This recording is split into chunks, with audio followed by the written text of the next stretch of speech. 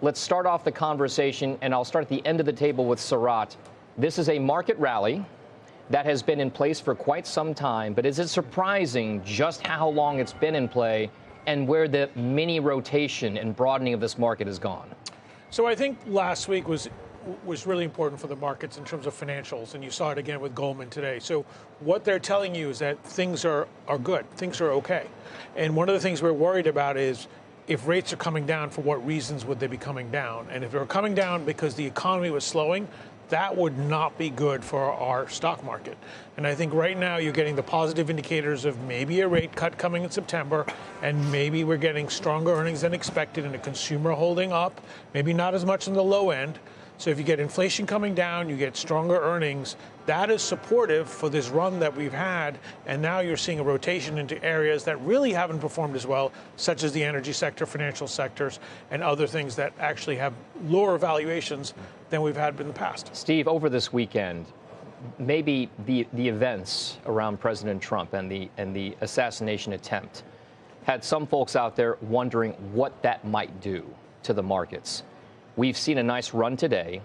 Over the weekend, up until futures opened up for overnight session on Sunday night, things seemed extraordinarily calm in the beginning between Sunday night into this morning. Is that surprising to you, or did you feel as though this is something that had been maybe priced in for President Trump and everything else going on with the election dynamic? I was actually shocked that from, it's a meeting this morning, but from what little I watched on Squawk Box, that the show focused on the attempted assassination plot. I think it's really got zero to do with the markets. I think it's just being way overplayed, frankly. As I do believe your comments are way overplayed. In fact, the banks that reported were down, and while we saw a little movement in loan loss reserves, very little, that's got nothing to do with it. It's the expectation that earnings season is going to deliver. And it always delivers, but this time it's going to deliver without the decline in estimates that we always see. Now, we've seen some, right, but not significant. So you're still going to have a great quarter. Now, that quarter is going to be concentrated really in what we've seen so far. So yeah, the Russell's been doing better. It should be doing better. I personally think it's going to be short-lived because of the exposure to financial services there. But overall, it still continues to be optimism. Now, I'm not surprised the market has moved over. It has in the last few days, last week or so. But we have had slower economic growth come out, right? It doesn't go down at once. It doesn't fall off a cliff at once. Trend undeniably has been lower, as it has been with the consumer.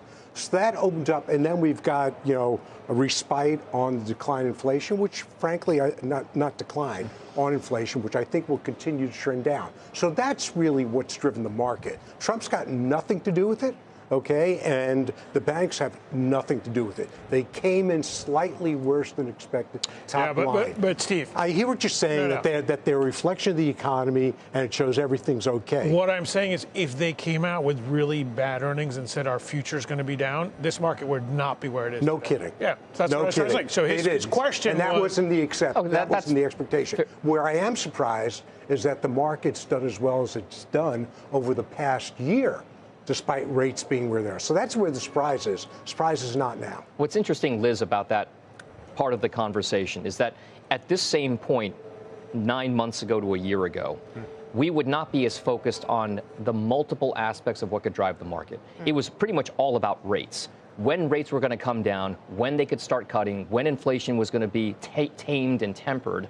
And now we're talking about, like what Steve said, a number of investors I've talked to, traders, are talking about this notion about the fundamentals, corporate earnings season. What are they going to do? What are the multiples that are going to be attached to this? Or do people feel better about the economy? And will that translate into stock performance? Is the fundamental story that much more important, or is it still very much focused on just the interest rate outlook? Well, first of all, we are very focused on the interest rate outlook in the sense of when the Fed is going to cut, how much they're going to cut. Even since this morning, earlier today when I looked, we had less than 100% chance of a cut in September. It was close. It was in the 90s. Now we're above 100% with a 16% chance of 50 bips in September and close to 3 by the end of the year. That's movement just in the last few hours. So I think we are still very focused on that. The market continues to hang on that possibility, and that's why today you're seeing the Russell up 2%, while everything else, broad indices, not even up 1%. So that is still driving sentiment in a big way. I agree. I don't think that it will last. I don't think that this rotation into small caps or even lower quality cyclicals will last very long, but it's here now, and it can last for a little while in the near term. Your question about fundamentals, I think the focus on fundamentals has happened because we've expanded so much in multiples that now we have to justify where we are, and the fundamentals need to justify that. So we've done it on the expectation that earnings growth would be so strong, and it has been strong, but now it has to continue. It has to persist to prove that we're supposed to be above the 5-year averages, the 10-year averages, that the trailing PE deserves to be in the 85th percentile, right? So we have to justify where we are at these multiples, or we have to go through a period where the multiples get a little bit more rational given the environment and given Fed cuts and a slowing economy coming down the pike. Joe, what's interesting about the rally that we've seen in the last couple of months, the leadership that's been there, is that while there is a broadening out story that's in place, it is still no doubt the Magnificent Seven and its communication services, tech, media, telecom, that has been the leadership of this market. So as much as I want to acknowledge that there is a broadening out of the rally,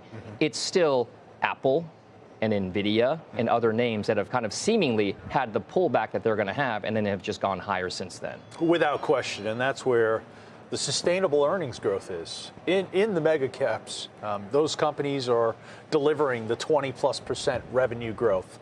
So I think if you reflect on the last 3 days, it's pretty interesting because on Thursday, we had this rotation in the market. You had the Russell up nearly 3%, the NASDAQ was down 2%. That was troubling because there was no way that the S&P 500 was going to be able to maintain the high level that it's currently trading at if you lost NVIDIA and Apple and Microsoft. I think what has evolved since then is that now we're seeing that investors are staying with the mega caps. They're not selling off, and you're getting mean reversion in the rest of the market. And why I think that's comforting, why I think that's where investors should be optimistic, is because you ask yourself, from a positioning perspective, where is the investor long? The investor is long in the mega caps. So you're not seeing them rotate out of the mega caps, and that means where's the money coming from to buy the other areas of the market?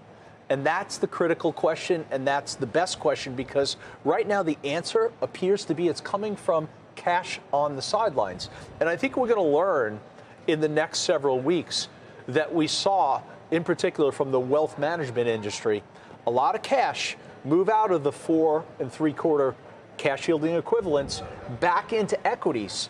And where they're finding the opportunity is in a valuation that's lower relative to the mega caps and technology names. And I think overall, that's an excellent thesis for the market, and it's what we've wanted all along. Cash from the sidelines. Can I ask you a question? Yeah. So they've had plenty of time. That cash has been sitting on the sideline for at least 2 years, right? You know why? Because it's been earning 4 to 5%. Well, that's going to be my question. So my question is, will a 25 or even 50 basis point move down in yields, right, from what you can get in comparable products over the next, 3 to 6 months? Will that be enough to bring them back into the equity markets at these levels? And will that type of money actually seek alternative places to go or go to the names that they know best?